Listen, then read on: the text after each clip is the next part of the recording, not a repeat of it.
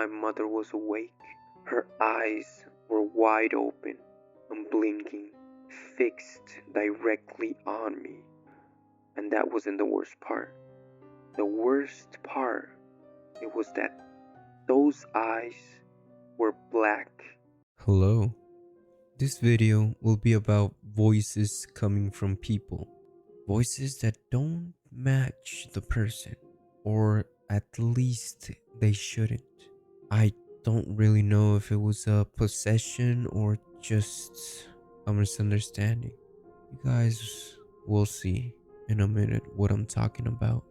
This might just be a story for some of you, but if you don't have enough respect for it, it might become your next reality.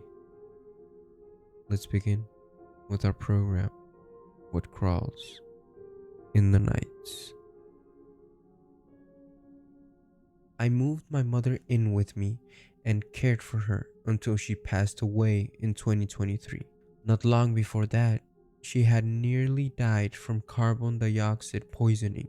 Although doctors said she hadn't suffered a full-blown brain damage from the lack of oxygen, it was clear that something about her was wrong afterwards. Quietly wrong.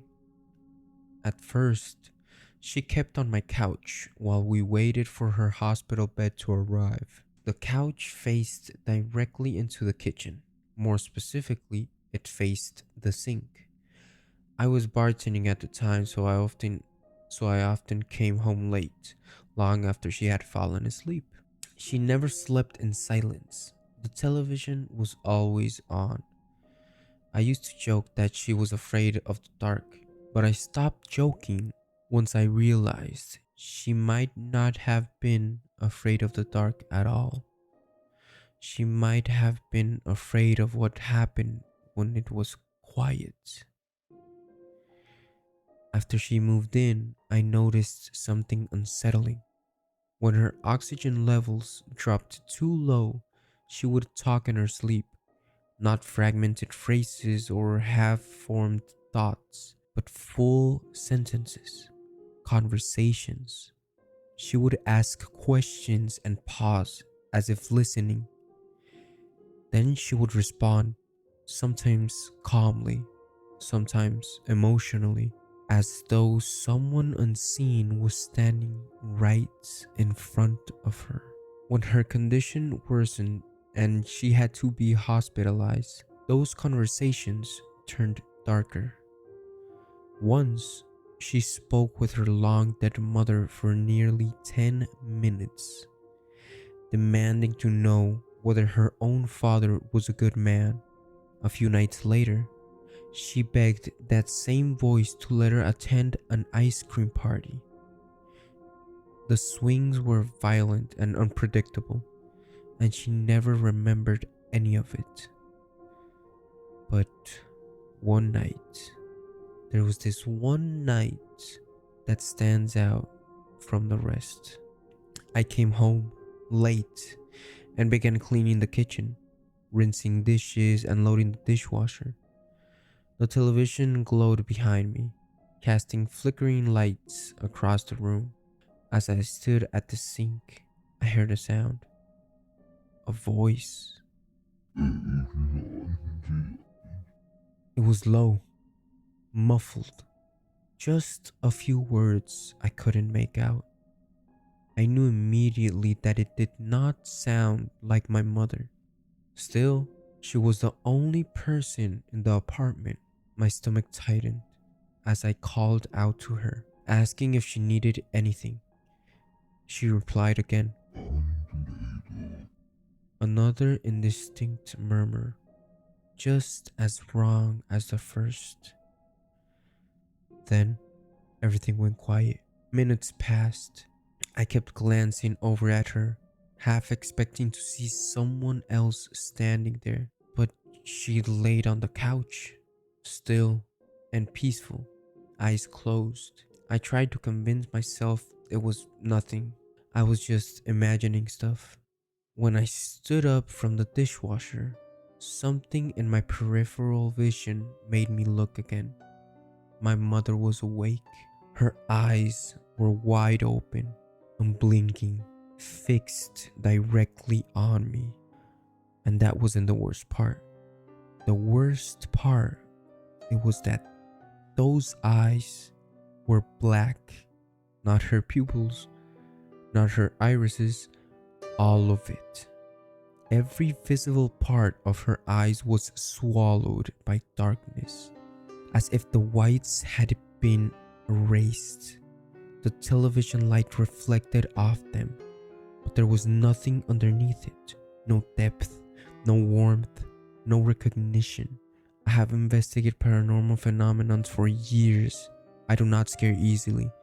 I have seen and experienced things that most people will struggle to believe. None of that mattered. I froze. My heart slammed so hard I could hear it in my ears.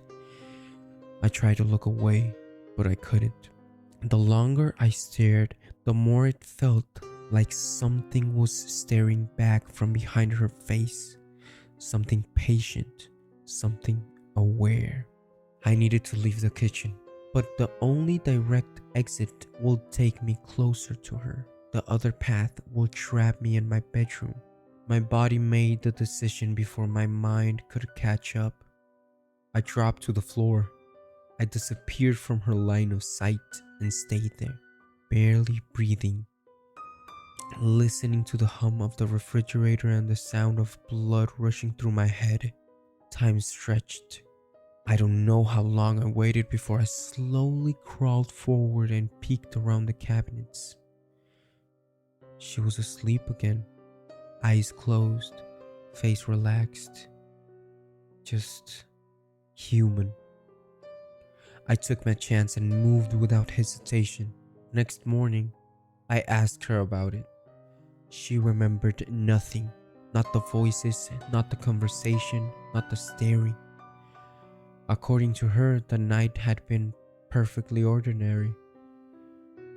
That is what unsettles me the most. There was no warning, no gradual change. One moment, everything was normal, and the next, something was looking at me through my mother's eyes. I have spoken to doctors and nurses over the years, searching for an explanation. I always have the same question. Why would someone speak in a voice that is not their own? A voice that does not sound human? Most of them avoid the question. Some redirect me. One nurse quietly suggested I speak to hospice workers instead. She said they see things others don't. They refuse to talk about it too. And sometimes when the apartment is quiet and the television is off, I find myself wondering whether my mother was ever really speaking in her sleep at all, or if she was simply listening to something I could never see. Well guys, that was today's video. Man, that gave me chills. I really like this one. If you guys like these stories, please like the video, subscribe if you're not. That would help me a lot to make this dream come true. And remember, don't ignore the sounds tonight. You've already awakened it. Good night, and don't let the bedbugs bite.